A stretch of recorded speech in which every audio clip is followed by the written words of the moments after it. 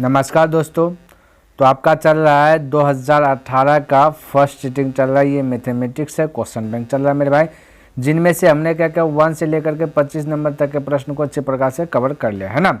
यदि आप इसे देखना चाहते हैं तो डिस्क्रिप्शन बॉक्स में मैं उनका लिंक दे दूंगा, अब वहाँ से देख लीजिए या फिर आप प्लेलिस्ट चेक कर सकते हैं।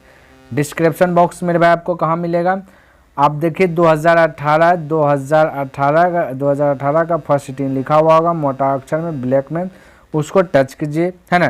टच जैसे कीजिएगा वैसे आपका एक फाइल खुलेगा मेरे भाई, उसे डिस्क्रिप्शन बॉक्स कहते हैं और आपको वहाँ पे लिखा मिलेगा मोर, ठीक है। तो मोर को टच कीजिए मेरे भाई, आपका जो टोटल लिंक जो कि मिल जाएगा, टोटल चीज़ का आपको जो पढ़ना है वो पढ़िए, ठीक है। तो यहाँ पे देखिए मेरे भाई 26 नंबर प्रश्न क्या कहता है, कहता सरल रेखा है x बराबर 2 और y बराबर -2 है, तब राइट आंसर कौन होगा, एक दूसरे के लंबवत या एक दूसरे के समांतर या एक दूसरे के ना तो समांतर है ना लंबवत है या निष्कर्षण से कुछ नहीं कहा जा सकता।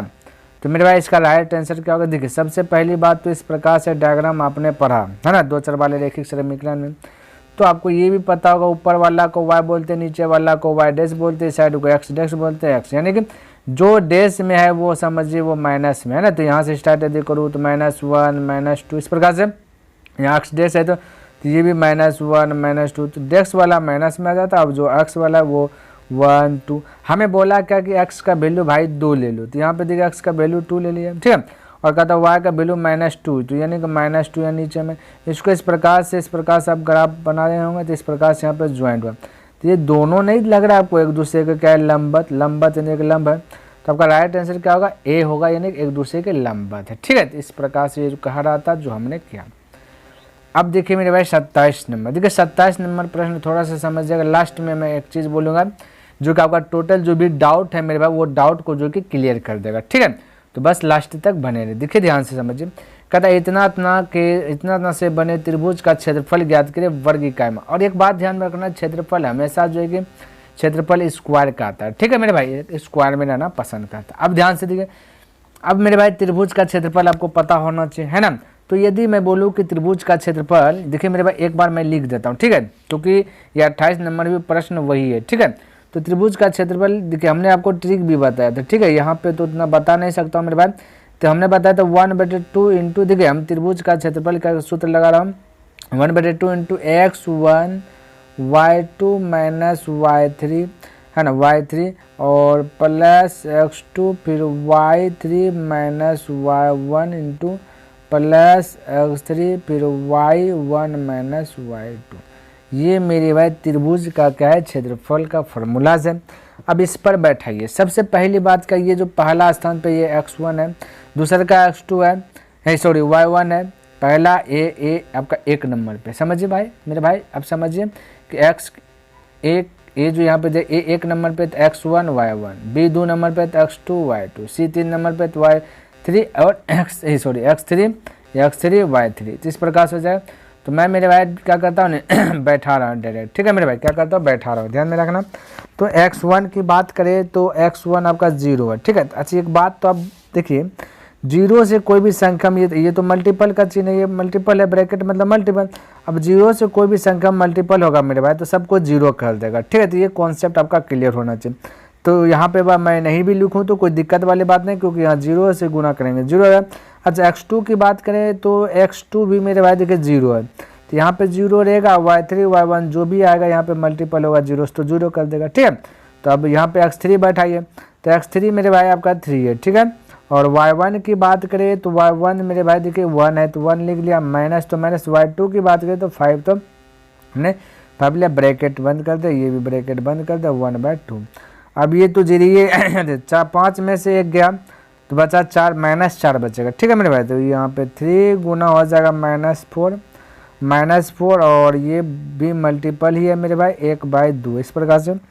अब 2 से कट जाएगा मेरे भाई 2 बार में, 3 दूना 6 हो जाएगा -4। बोलिएगा सर जी यहाँ पे -4 तो आंसर नहीं है, तो क्या मारेंगे। तो मेरे भाई तो हमने बोला था कि आपको लास्ट तक बने रहे, आपको मैं एक कॉन्सेप्ट दूंगा जो कि सारा डाउट क्लियर हो जाएगा।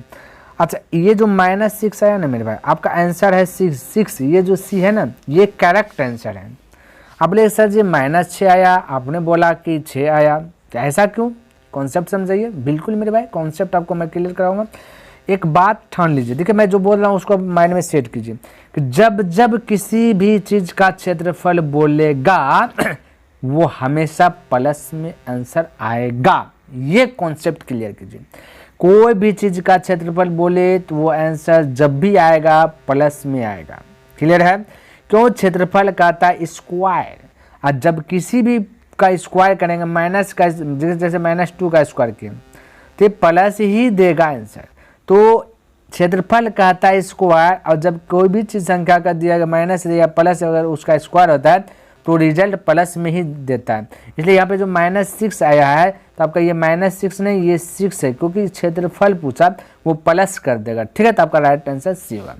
बिल्कुल मेरे भाई आपका कॉन्सेप्ट क्लियर हो गया होगा। यदि कॉन्सेप्ट क्लियर हुआ तो मेरे भाई फटाक से अभी कमेंट कीजिए सर जी मेरे ये सवाल में जो कि थोड़ा सा डाउट था, अभी यहाँ पे जो कि क्लियर हो गया। मेरे भाई कमेंट कीजिए फटाफट और लाइक भी कर दें।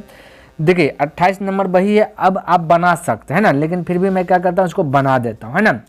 तो अब फार्मूला लिखूंगा नहीं, डायरेक्ट मैं बनाने का प्रयास करूंगा। तो कहा था 1/2 इंटू x1 मेरे भाई पहला स्थान पे, तो x1 आपका -4 है ना। x1 है ना, x1 into y2 minus y3, y2 की बात करें तो मेरे भाई 3 है, तो y2 माइनस y3 आपका 0, तो यहाँ पे हमने लिखा 0 प्लस x2 की बात करें तो मेरे भाई यहाँ पे देखिए 0 है, तो 0। अब यहाँ पे जो भी x2 इंटू यहाँ पे जो भी आएगा y3 माइनस y1, तो ये भी 0 है, सब 0 हो जाएगा, प्लस x3 भी मेरे भाई 0। अब यहाँ पे जो भी आएगा सब 0 कर देगा। तो 1/2 इंटू ये देखिए ब्रैकेट का मतलब हुआ गुना, ठीक है मेरे भाई, क्या हुआ मल्टीपल। अब 3 गुना 4 होगा तो ये भी -12 आएगा, 2 से कटेगा तो 6, तो यहाँ पे -6, तो हमने क्या बोला इस क्षेत्रफल है प्लस में आएगा answer. Right answer option number C, बोलिए ठीक है, किसी को डाउट? कोई डाउट नहीं होना चाहिए। अब देखिए मेरे भाई 29 नंबर, ये सब टाइप का जो प्रश्न आपको दिख रहा है मेरे भाई, ये जो है कि 2 नंबर आप पूछने वाला है मेरे भाई, लेकिन वो 1 नंबर हम पूछ दिया क्यों, पैटर्न चेंज हुआ, उसको पता ही नहीं चला कौन क्वेश्चन सेट करें नहीं करें और पूछ दे। तो बिल्कुल घबराना नहीं, ध्यान से देखिए मेरे भाई, 2 नंबर में आपका काम आएगा, ठीक है। और 1 नंबर में भी पूछेगा तो बना दीजिएगा। हालांकि मैं बताता हूँ, कहता हूँ कि उस बिंदु का नियमक जो बिंदु 1,1 तथा 2,3 को जोड़ने वाली रेखा को 2:3 के अनुपात में विभाजित करती है। तो मेरे भाई विभाजन सूत्र यहाँ पर यूज होगा। तो चलिए मैं क्या करता हूँ ना, विभाजन सूत्र लिख दूँ। चलिए एक बार लिख देता हूँ। विभाजन सूत्र क्या कहता है मेरे भाई, x बराबर m1 into x2 plus m2 into x1 बटा क्या आता है मेरे भाई m1 प्लस m2 उस बराबर ये x बराबर। उसी प्रकार से y में भी होता है मेरे भाई कि m1 into y2 plus m2 into y1 बटे मेरे भाई क्या होगा m1 प्लस m2। ये फार्मूलाज है मेरे भाई, ये आपको जो कि लर्न होना चाहिए, क्योंकि लर्न होगा याद रहेगा तभी आप बना सकते हैं, अन्यथा नहीं बना सकते। m1 आपका ये है मेरे भाई 2 और m2 आपका 3, जब जो रेशियो में दिया रहता है वही m1 m2 होता है, ठीक है। तो बोलिए अब m1 कहते हैं 2, तो 2 मैं डायरेक्ट लिख रहा हूँ मेरे भाई। x2 की बात करें तो मेरे भाई 2 है, तो 2 या प्लस m2 की बात करें तो मेरे भाई यहाँ पे देखिए 3 है, तो यहाँ पे लिखा 3। x1 की बात करें तो 1 है, तो 1 यहाँ पे m1 प्लस m2, तो 2 और 3 जोड़ के बता दीजिए 5, ये x का वैल्यू निकलेगा। y में निकले मेरे पास m1 आपका 2 इंटू y2 की बात करें तो y2 2 है 3 प्लस m2 की बात करें तो मेरे भाई आपका 3 है, y1 की बात करें तो मेरे भाई 1 है, ठीक है। यहाँ से मैं बैठा रहा हूँ मेरे भाई, ठीक है। अब यहाँ पे 2 और 3 जोड़िए m1 प्लस m2 तो हो जाएगा 5, क्लियर है। चलिए 2 2 4 और 4 में से 3 जुटा तो 7, क्या हो जाएगा मेरे भाई 7/5 7/5 कॉमन 2 3 6 और 6 और 3 जोड़िएगा तो 9/5 यानी 7/5 कॉमर्स 9/5 7595 यानी कि ऑप्शन नंबर ए आपका करेक्ट हो जाएगा। बोलिए मेरे भाई किसी को समझने में यहाँ तक डाउट है, कोई कन्फ्यूज है मेरे भाई? कोई कन्फ्यूज नहीं होना चाहिए, किसी तरह से कोई दिक्कत नहीं होना चाहिए, ठीक है। आगे बढ़ो चलिए। तो इस प्रकार से जो फटाफट आप हल कर लीजिए। तो कहते हैं बिंदु इतना तक मूल बिंदु, तो मेरे भाई मूल बिंदु आपके लिए ये वाला प्रश्न मूल बिंदु वाला एक जो कि VBI है, थोड़ा सा हौला भी है, इजी भी है, इसलिए सभी स्टूडेंट को ये फॉर्मूला जो है कि याद होना चाहिए, क्योंकि एग्जाम में आने की संभावना है, ठीक है। तो मूल बिंदु का फॉर्मूला बोले तो √x² प्लस y², ठीक है मेरे भाई, √x² प्लस y²। तो x आपका क्या मेरे भाई 3 -3, तो -3 का स्क्वायर कीजिएगा 9 हो जाएगा, प्लस y क्या मेरे भाई 4 का स्क्वायर कीजिएगा 16 और 16 9 जोड़िए 25 25 का 12 आ जाएगा 5, तो right answer option number D correct हो जाएगा, ठीक है। तो मेरे भाई 31 नंबर समझने का प्रयास कीजिए। ठीक है, फिगर वाला प्रश्न आ गया, थोड़ा समझना। कहता दिए गए त्रिभुज पी क्यू आर, यानी कि दिया गया पी क्यू आर पहले बड़ा वाला, और कहता पी क्यू आर में ए बी समांतर है क्यू, यह क्यू होगा। ठीक है, ए बी समांतर क्यू आर, यानी ए से बी समांतर क्यू आर का, बिल्कुल ठीक है। तो क्या दो समरूप त्रिभुज पी ए बी और पी क्यू आर, यानी पी ए बी और पी क्यू आर के क्षेत्रफलों का रेशियो दिया गया तो पी क्यू बटे ए क्यू। देखिए मेरे भाई घबराना नहीं है आपको, ठीक है। चलिए थोड़ा सा ऊपर करता हूं ताकि आपको अच्छे प्रकार से लर्न हो जाए, ठीक है। चलिए समझने का प्रयास कीजिएगा।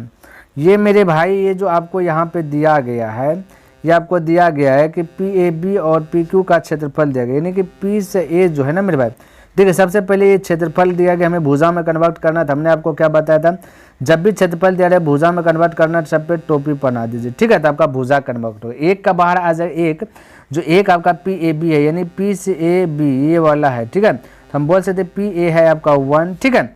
और ये √2 तो बाहर आएगा नहीं, तो √2 आपका यहाँ पे देखिए क्या है मेरे भाई, ये √2 है पी क्यू आर, यानी पी क्यू आर बड़ा वाला भुजा है, √2 ये वाला आ गया √2, ठीक है। किसी को यहाँ तक डाउट नहीं होना चाहिए। हमें निकालना पी से क्यू, तो पी से क्यू निकालना है तो √2 हो जाएगा, ठीक है। क्या हो जाएगा, √2 हो जाएगा। और बटा क्या मेरे भाई रेशियो में, तो बटा का हम इस प्रकार से भी लिख सकता हूँ, बटा ए क्यू। अब ए से क्यू ये यहाँ से यहीं तक चाहिए, ठीक है। तो हम बोले टोटल √2 है, तो टोटल √2 है, √2 में से एक ये घटा दे तो ये वाला निकल जाए, तो √2 - 1 बोल सकते हैं मेरे भाई, बिल्कुल बोल सकते हैं, ठीक है। तो √2 - 1, तो इसको हम बटे में ही लिख लेता हूँ। देखिए इसको हम बटे में ही लिख लेता हूँ ताकि थोड़ा सा हल हो जाए अच्छा से। ये √2 है, तो यहाँ पे आपका जो कि ए क्यू जो आएगा मेरे भाई आपका आएगा √2 - 1, क्योंकि टोटल आपका √2 है, टोटल में से एक जो कि ए पी है इसको घटा देंगे, तो √2 में से इसको घटा देंगे तो ए क्यू बचेगा।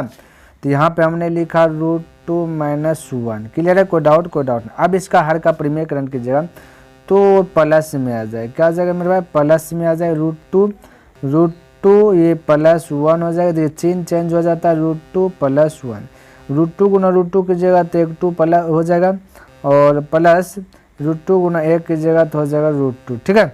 और यहाँ पे a - b और a + b का इस फार्मूला हो जाता है, a - b into a + b, क्योंकि a मानेगा √2 को, 1 मानेगा b है ना, तो हो जाएगा a - b into a + b। तो इसका फार्मूला आता है a², तो √2 का स्क्वायर 2 हो जाएगा, और -b², 1 का स्क्वायर 1 है, तो 2 में से घटाएगा तो 1 ही बचेगा, इसलिए नीचे लिखिए, 1 ना लिखे बतवा बराबर है।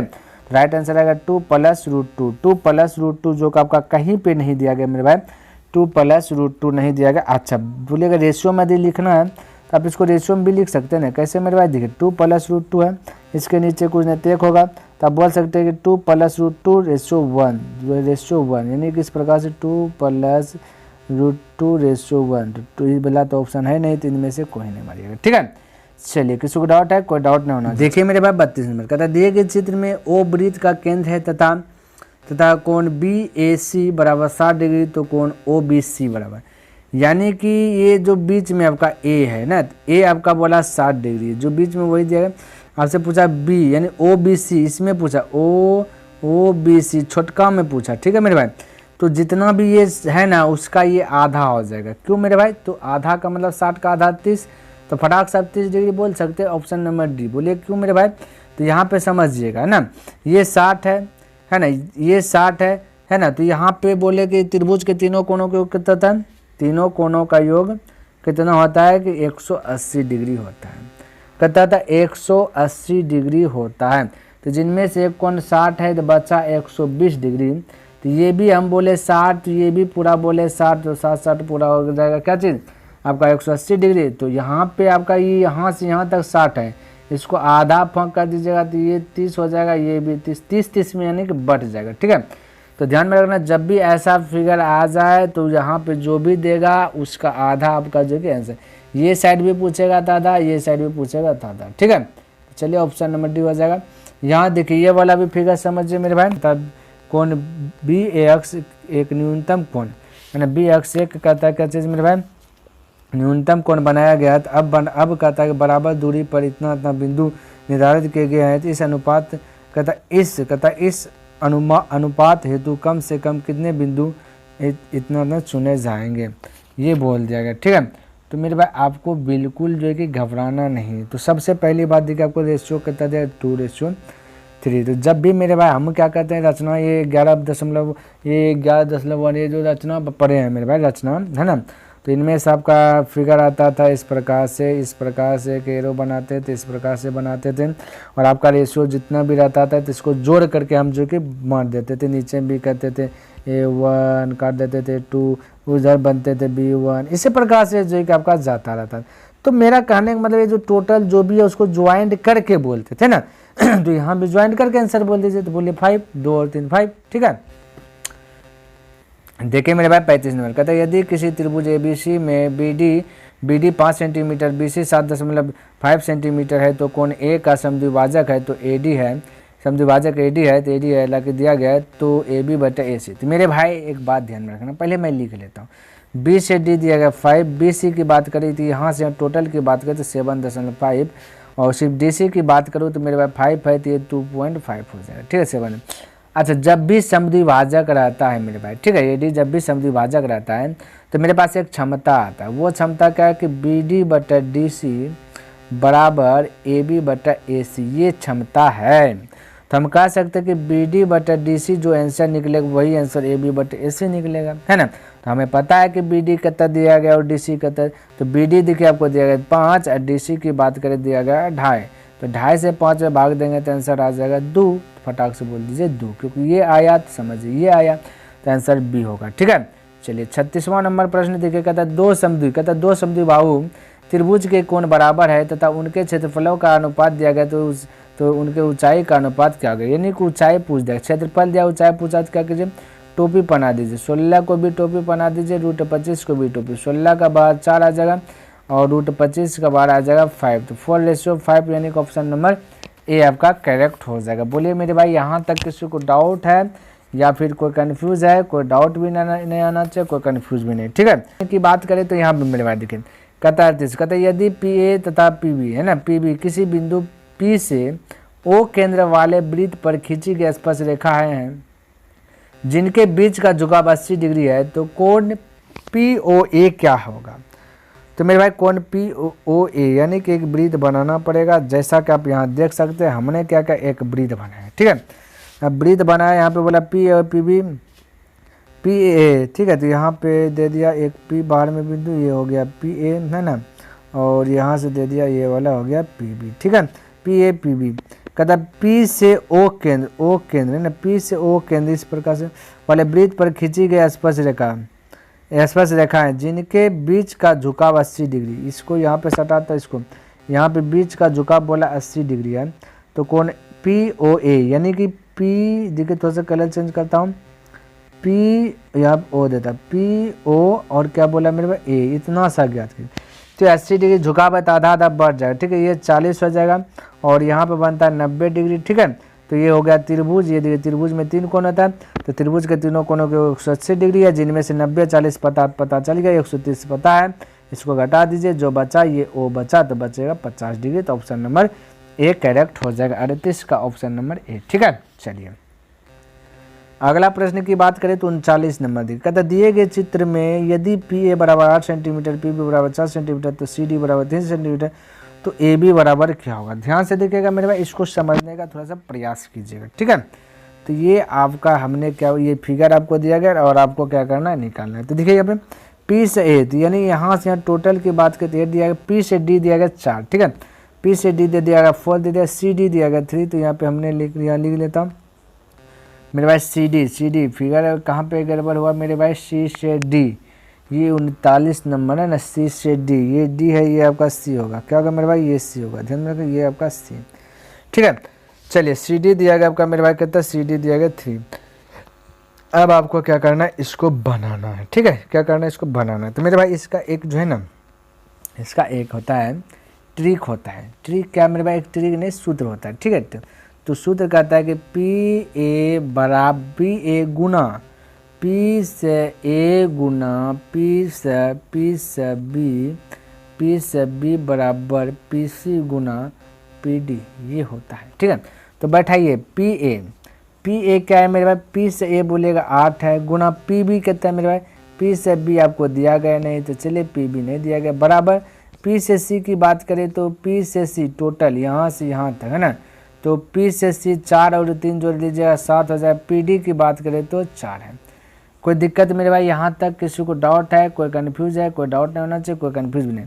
4 से 8 2 बार में कट जाएगा, 2 है पटी जाएगा, तो पी से बी बराबर निकलेगा 7/2 यानी कि भाग दीजिएगा तो 3.5। ठीक है, क्या निकल जाएगा 3.5। पी बी निकल गया 3.5। हमसे पूछा गया ए बी, तो पी से बी निकल गया मेरे भाई 3.5, 3.5 पूछा ए से बी इतना, तो टोटल 8 है, 8 में से 3.5 खत्म हो जाएगा, तो बचेगा कितना मेरे भाई 4 नहीं बचेगा है ना, तो घटा दीजिएगा 8 में 3.5 तो 4.5, तो ऑप्शन नंबर डी करेक्ट हो जाएगा। ठीक है, बोलिए किसी को डाउट है यहाँ तक? कोई कंफ्यूज नहीं होना चाहिए और कोई डाउट भी नहीं होना चाहिए। ठीक है, चलिए 40वां नंबर देखिए मेरे भाई, बहुत सारा स्टूडेंट को जो है ना ये क्वेश्चन जो कि परेशान कर दिया गया। 40वां नंबर, अधिकतर 40वां नंबर मेरे भाई, आप भी कंफ्यूज में होंगे कि कौन सा आंसर है नहीं है। तो ठीक है, तो मेरे भाई सबसे पहली बात तो मैं आपको बता देना चाहता हूँ, ये क्वेश्चन जो आपको दिया गया है मेरे भाई है ना, जहाँ तक मेरे ख्याल से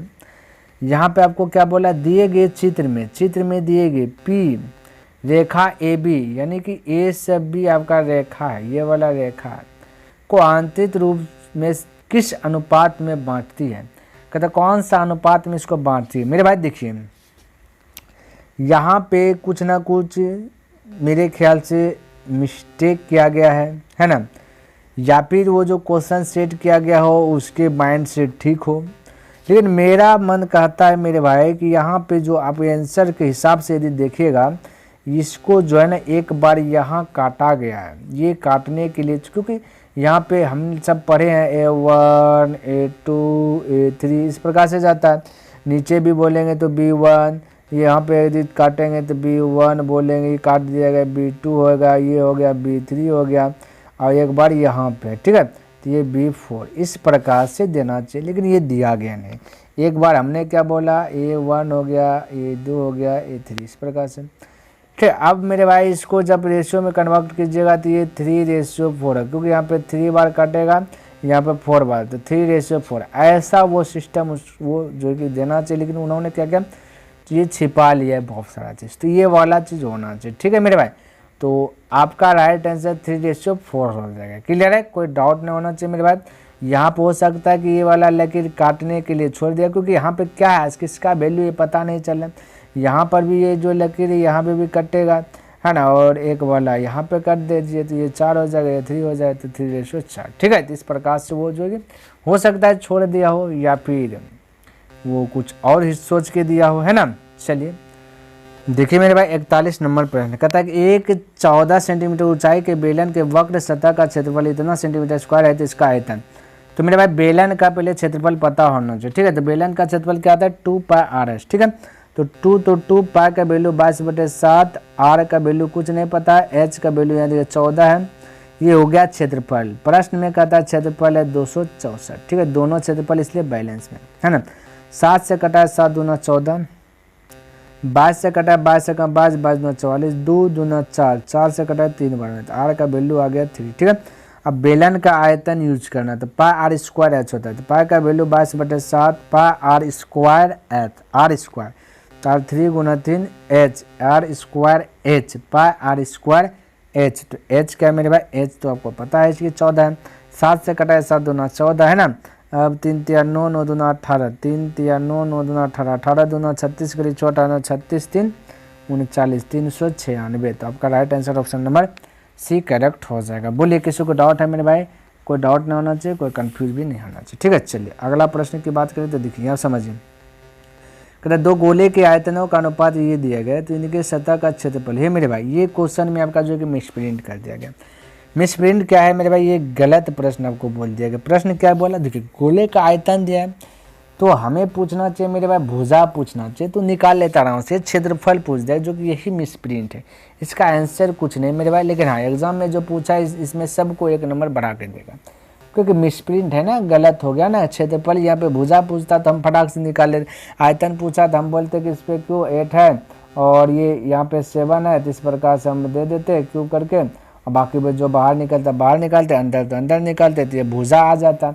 या पूछ जाए क्षेत्रफल, जो कि इसलिए मेरे भाई ये 42 नंबर का आंसर जो है कि आपका कुछ नहीं होगा। ठीक है, चलिए देखिए मेरे भाई 43 नंबर प्रश्न क्या कहता है समझिए। कहता है यदि h ऊंचाई, ठीक है ऊंचाई बोला h, तथा त्रिज्या वाले एक ठोस बेलन के वक्र क्षेत्र का क्षेत्रफल इसके कुल पृष्ठीय क्षेत्रफल का 1/3 है। यानी कहता है बेलन का जो क्षेत्रफल है, ठीक है, तो बेलन का क्षेत्रफल आपको पता होना चाहिए। क्या होता है मेरे भाई, हट गया, बेलन का क्षेत्रफल आपको पता होना चाहिए। ठीक है, तो मैं लिख देता हूँ 2πr, अभी तो लिखें, बोलता कि इस बेलन के वो कुल पृष्ठीय क्षेत्रफल ले लो। कुल पृष्ठीय क्षेत्रफल था 2πr × r + h। ये बेलन का कुल पृष्ठीय क्षेत्रफल ले लें। जो बोला वही कर रहा हूँ मेरे भाई, ठीक है, जो बोला वही मैं कर रहा हूँ, ध्यान में रखना। और कहता कि 1/3 है, तो कौन, कुल पृष्ठीय क्षेत्रफल का 1/3 कौन, ये 1/3 है मेरे भाई, ये वाला 1/3 है।